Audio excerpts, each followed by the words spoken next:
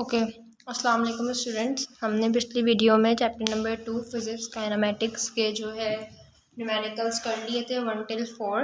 अब जो उसकी रिमेनिंग्स आई थिंक 3 न्यूमेरिकल्स रहते हैं वो हम जो है इस वीडियो में कंप्लीट कर लेंगे।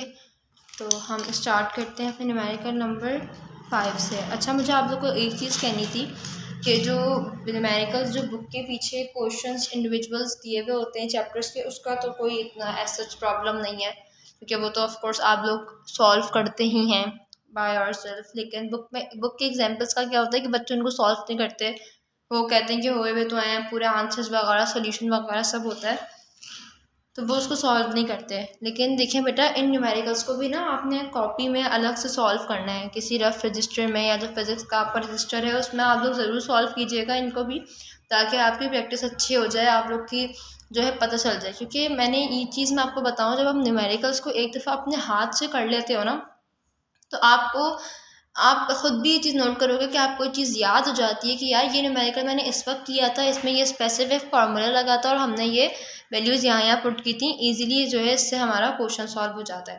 तो अब हम न्यूमेरिकल नंबर 5 वर्क एग्जाम्पल का करना शुरू कर रहे हैं। तो अब जिस तरह मैं करवाना शुरू करूँगी उस तरह ही आप लोग इसको करें, वीडियो में देखें, कोई चीज़ समझ में नहीं आए तो आप लोग जो है पूछ सकते हैं। ओके, सो अब इस क्वेश्चन में हमसे क्या कह रहे हैं, हमसे वो कह रहे हैं a car moving on a road with velocity 30 metre per second. सही है, वो हमसे कह रहे हैं एक कार है रोड पर 30 मीटर पर सेकेंड से जो है वेलोसिटी से मूव कर रही है, मतलब कि चल रही है। When brakes are applied it velocity decreases as a rate of 6 metre per second. ये उन्होंने कहा जैसे ही मतलब गाड़ी चल रही थी 30 मीटर पर सेकेंड की वेलोसिटी से, स्पीड से, जैसे ही ब्रेक्स अप्लाई हुए उसकी वेलोसिटी कम हो गई एट अ रेट ऑफ, किस रेट पे, 6 मीटर पर सेकेंड के लिहाज से वो जो है वेलोसिटी कम हो गई। सही है, क्योंकि वेलोसिटी कम हुई है, जब भी वेलोसिटी में डिक्रीज आता है एट अ रेट पर सेकेंड के लिहाज से, तो वो क्या होती है, डीसेलेरेटेड होती है, वो उसकी एक्सेलरेशन नहीं होती, वो उसकी डीसेलरेशन होती है। और डीसेलरेशन में एक्सेलरेशन, जो डीसेलरेशन होती है उसमें हम सब माइनस नेगेटिव का साइन यूज़ करते हैं। सही है, अब वो हमसे बोल रहे हैं कि उस कार का आप डिस्टेंस फाइंड करें, इट विल कवर, जो उसने डिस्टेंस कवर किया है वो आप फाइंड करें बिफोर के, इससे पहले कि वो रेस्ट में आ जाए, बिफोर कमिंग टू रेस्ट आप जो है उसका डिस्टेंस हमें फाइंड करके बता दें। सही है, तो उन्होंने हमें एक सिनेरियो बता दिए, उस लिहाज से अब हम डाटा बनाएंगे। डाटा हमें बता दिए, डीसेलरेशन हमें -6 मीटर पर सेकेंड दी हुई थी, VI हमें जो दी हुई थी वो 30 मीटर पर सेकेंड थी। अच्छा, इसको हमने VI क्यों बोला है, VI हमने इसलिए बोला है क्योंकि हमारे पास जो है ना वो इससे स्टार्ट ही मतलब चल रही थी, उसकी इनिशियल वेलोसिटी 30 थी, लेकिन जैसे ही उस पर ब्रेक अप्लाई हुए तो फिर वो गाड़ी रुकेगी। सही है, इसमें हमें बताया हुआ नहीं है कि वो रुकी है या नहीं, वो उन्होंने हमसे ये बोला है कि आप फाइंड डिस्टेंस करें कि वो इससे पहले रेस्ट में आ जाए, तो इसकी फाइनल वेलोसिटी 0 हो जाएगी और उन्होंने हमसे डिस्टेंस मालूम कर लिया है। सही, अब हम देख रहे हैं कि इसमें हम कौन सा फार्मूला लगाएं कि हम s यानी डिस्टेंस की वैल्यू फाइंड कर सकें। तो हमारे पास थर्ड इक्वेशन ऑफ मोशन यहाँ पर यूज़ हुई है।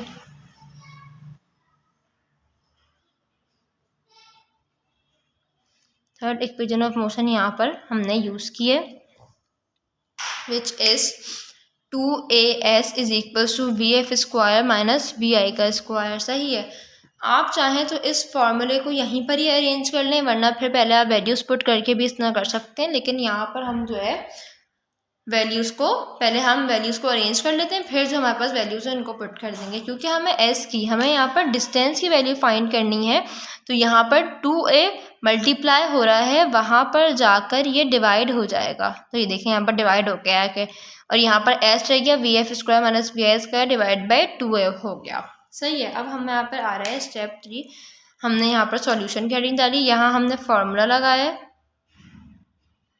यहाँ हमारे पास डेटा आया था, यहाँ हम सॉल्यूशन कर रहे हैं।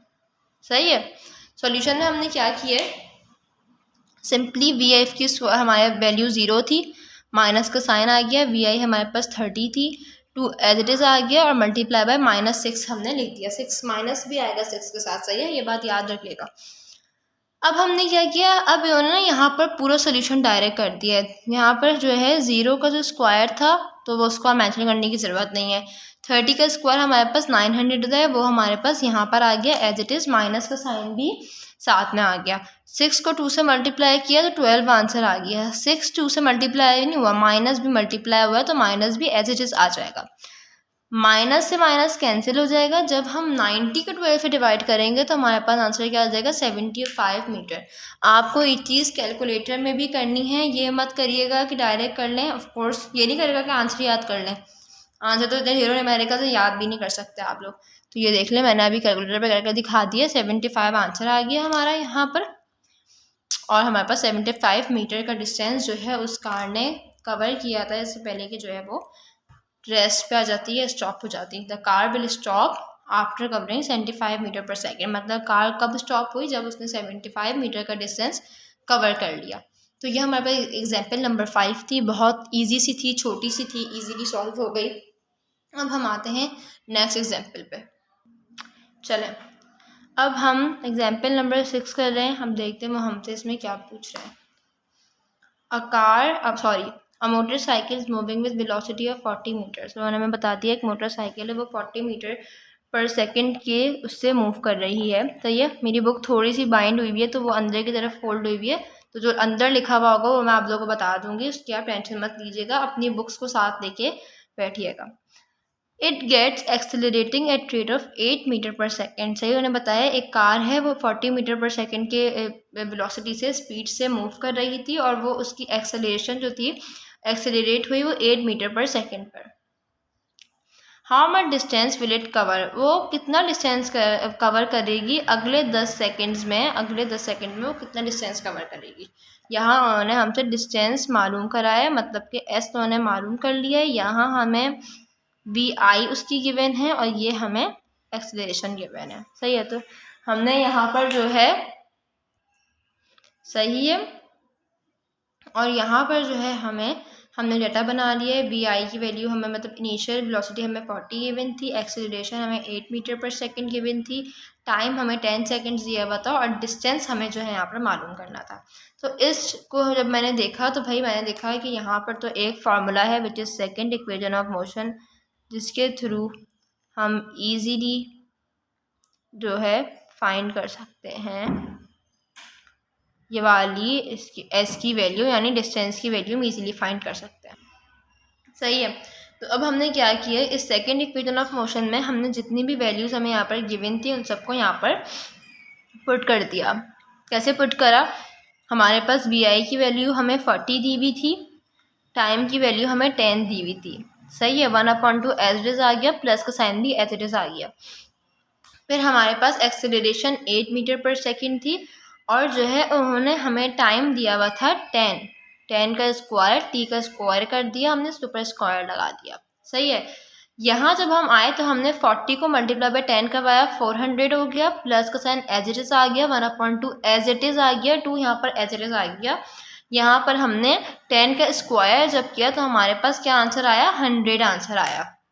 मैं आप लोग को कैलकुलेटर में भी ये चीज़ करके दिखा देती हूँ कि कैसे आई हमारे पास। ये देखें, यहाँ हमारे पास 10 का स्क्वायर आ गया, यहाँ हमने 10 का स्क्वायर कर दिया। फिर हमने नेक्स्ट स्टेप में क्या किया, 400 हमारे पास एज इट इज़ आ गया, इसको इससे हमने मल्टीप्लाई करवाया तो 800 आ गया, और डिवाइड बाय 2 कर दिया। 2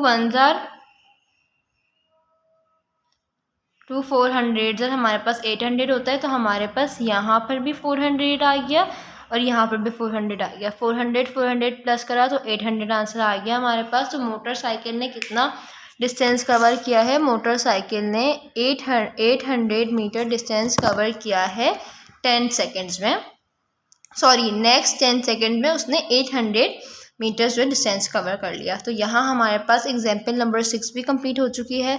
अब हम अपने क्वेश्चन एग्जाम्पल नंबर 5 की तरफ आते हैं, जो कि इस चैप्टर का लास्ट न्यूमेरिकल भी होगा और लास्ट एग्जाम्पल भी होगी। ओके स्टूडेंट्स, अब हम अपने एग्जाम्पल नंबर 7 कर रहे हैं, which is on page number 52, और ये चैप्टर नंबर 2 काइनेमेटिक्स की लास्ट एग्जाम्पल है और लास्ट न्यूमेरिकल भी है। चलो अब देखते हैं वो हमसे क्या बोल रहे हैं इस क्वेश्चन में, वो हमसे क्या चीज़ रिक्वायर्ड है और क्या चीज़ हमें इसमें मालूम करनी है।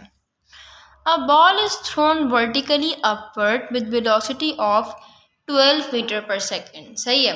अब देखो भाई, ये ऐसा ही क्वेश्चन हमें वर्क एग्जाम्पल में भी किया था, वैसे ही क्वेश्चन ही हमसे बोल रहे हैं। उन्होंने हमें बोला है एक बॉल है जिसको हमने वर्टिकली अपवर्ड थ्रो किया है 12 मीटर पर सेकेंड की वेलोसिटी के साथ। तो सबसे पहले जो मेरा इस क्वेश्चन को, इस लाइन को पढ़ के मेरे दिमाग में बात आई है वो ये आई है कि हमारे पास जो बॉल फेंकी गई है वो अगेंस्ट द ग्रेविटी गई है, मतलब अगेंस्ट द ग्रेविटी, नीचे से ऊपर जा रही है तो वर्क जो हो रहा है वो अगेंस्ट द ग्रेविटी हो रहा है। ये हमारे पास इसकी बी आई आ गई, इनिशियल वेलोसिटी जो थी उसकी हमें दे दी है 12 metre per second. The ball will slowing down due to pull of earth's gravity on it and it will return back to earth. सही है। वो जो है ऊपर गई जितनी उसको ऊपर जाना था, और क्योंकि फिर उस अर्थ ग्रेविटी जो थी उसने उसको नीचे की तरफ पुल अप किया, क्योंकि कोई भी ऊपर पेड़ तो वो नीचे तो आती है ग्रेविटी की वजह से, तो वो अर्थ की तरफ रोजाना दोबारा रिटर्न बैक हो गई। वो हमसे पूछ रहे हैं फाइंड आउट टाइम। सही है। हम हमसे पूछ रहे हैं आप टाइम बता दें उस बॉल का जो है उसने लिया है मैक्सिमम हाइट पहुंचने के लिए, मतलब वो जितनी मैक्सिमम हाइट जो उसने कवर की है वो कितने टाइम में की है वो आप हमें बता दें। सही है। तो अब हम इसका डाटा बना लेते हैं, बहुत आसान सा डाटा है हमारे पास।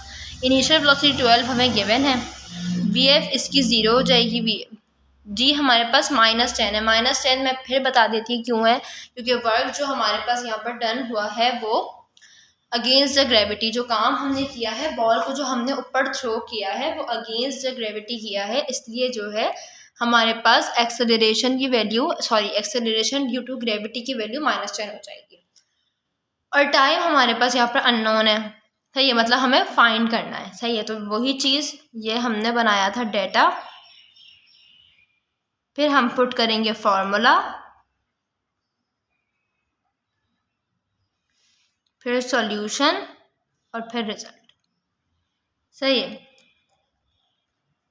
भाई। अब मुझे टाइम मालूम करना था तो मेरे पास 2 इक्वेशन ऑफ मोशंस हैं जिससे मैं टाइम मालूम कर सकती हूँ, एक सेकंड इक्वेशन ऑफ मोशन, एक फर्स्ट इक्वेशन ऑफ मोशन। लेकिन मैंने यहाँ पर जो है first equation of motion use करी है क्योंकि इस क्वेश्चन में मुझे डिस्टेंस नहीं गिवन, दैट्स वाई। तो फर्स्ट इक्वेशन ऑफ मोशन हमारे पास क्या होती है, फाइनल वेलोसिटी वो हमारे पास इनिशियल वेलोसिटी प्लस जीटी के इक्वल होती है। जीटी मतलब acceleration due to gravity multiply by time. क्योंकि मुझे यहाँ पर टाइम की वैल्यू चाहिए थी तो मैंने यहाँ पर क्या किया है फार्मूले को रीअरेंज कर लिया। फार्मूले को रीअरेंज किसने किया मैं बताती हूँ। क्योंकि मुझे यहाँ जी की वैल्यू चाहिए थी, सॉरी टाइम की वैल्यू चाहिए थी, तो मुझे जी और मतलब एक्सेलरेशन ड्यू टू ग्रेविटी और इनिशियल वेलोसिटी को इस तरफ लेके आना था। तो इनिशियल वेलोसिटी यहाँ प्लस हो रही है, नीचे जाके माइनस हो गई और ये इससे मल्टीप्लाई हो रहा था, यहाँ के डिवाइड हो गया। Acceleration due to gravity multiply हो रही थी टाइम के साथ, वो यहाँ आके डिवाइड हो गई। सही है। सही है। तो अब हम जो है इस क्वेश्चन को क्या करेंगे, यहाँ हमने फार्मूले को अरेंज कर लिया है, अब हम इसमें वैल्यूज पुट कर देंगे। फाइनल वेलोसिटी 0 थी, -12, माइनस का साइन एज इट इज आ गया और हमारे पास वी आई की वैल्यू 12 थी तो हमने यहाँ पर 12 को पुट कर दिया। और हमारे पास एक्सेलरेशन ड्यू टू ग्रेविटी क्या थी, जी -10, एक्सेलरेशन ड्यू टू ग्रेविटी -10 थे, यहाँ हमने -10 पुट कर दिया। सही है। फिर हमने क्या किया, 0 की तो कोई वर्थ नहीं रहती, माइनस से माइनस कैंसिल हो गया। जब हमने 12 को डिवाइडेड बाय 10 किया तो हमारे पास आंसर 1.2 सेकेंड आ गया। ये देखें यहाँ मैंने कैलकुलेटर पे याद हो करके दिखा दिया। 10 को डिवाइड बाय, जब हमने 12 को डिवाइड बाय 10 किया तो 1.2 आंसर आ गया। हमारे पास जो है 1.2 सेकेंड्स हमारे पास यहाँ पर टाइम की वैल्यू आ गई। और जो हमें रिजल्ट हमने बता दिया, the ball will reach maximum height in 1.2 seconds में बॉल जो है अपनी मैक्सिमम हाइट पे पहुँच चुकी थी। सही है। तो भाई यहाँ पर जो है हमारे चैप्टर नंबर 2 के न्यूमेरिकल्स ख़त्म होते हैं। हमने जो है सबसे पहले हमने फार्मूला शीट बनाई, फिर हमने जो है बुक की जो चैप्टर्स के पीछे इंडिविजुअल क्वेश्चंस होते हैं वो करे न्यूमेरिकल्स के, उसके बाद हमने चैप्टर नंबर 2 की जितनी भी वर्क एग्जाम्पल थी, 7 वर्क एग्जाम्पल्स थी और 6 क्वेश्चंस थे न्यूमेरिकल क्वेश्चंस, वो हमने करे। तो हमारे पास 7 और 6 12 क्वेश्चंस ये हमारे पास हो गए। तो इससे मतलब है कि हमारे पास जो है अच्छी प्रैक्टिस अगर हम इन क्वेश्चंस की भी कर लें तो हमारा जो है अच्छा आ सकता है रिज़ल्ट इंशाल्लाह ताला। तो आई होप आपके जो डाउट्स होंगे, आपको जो प्रॉब्लम होगी इस न्यूमेरिकल्स में, इन वीडियोस को देखने के बाद ख़त्म हो गई होगी। और सॉल्व कीजिएगा बेटा न्यूमेरिकल्स, इससे भी आपकी न्यूमेरिकल्स पे ग्रेड अच्छी होगी। Thank you so much for watching. अपना ख्याल रखिएगा। अल्लाह हाफ़िज़।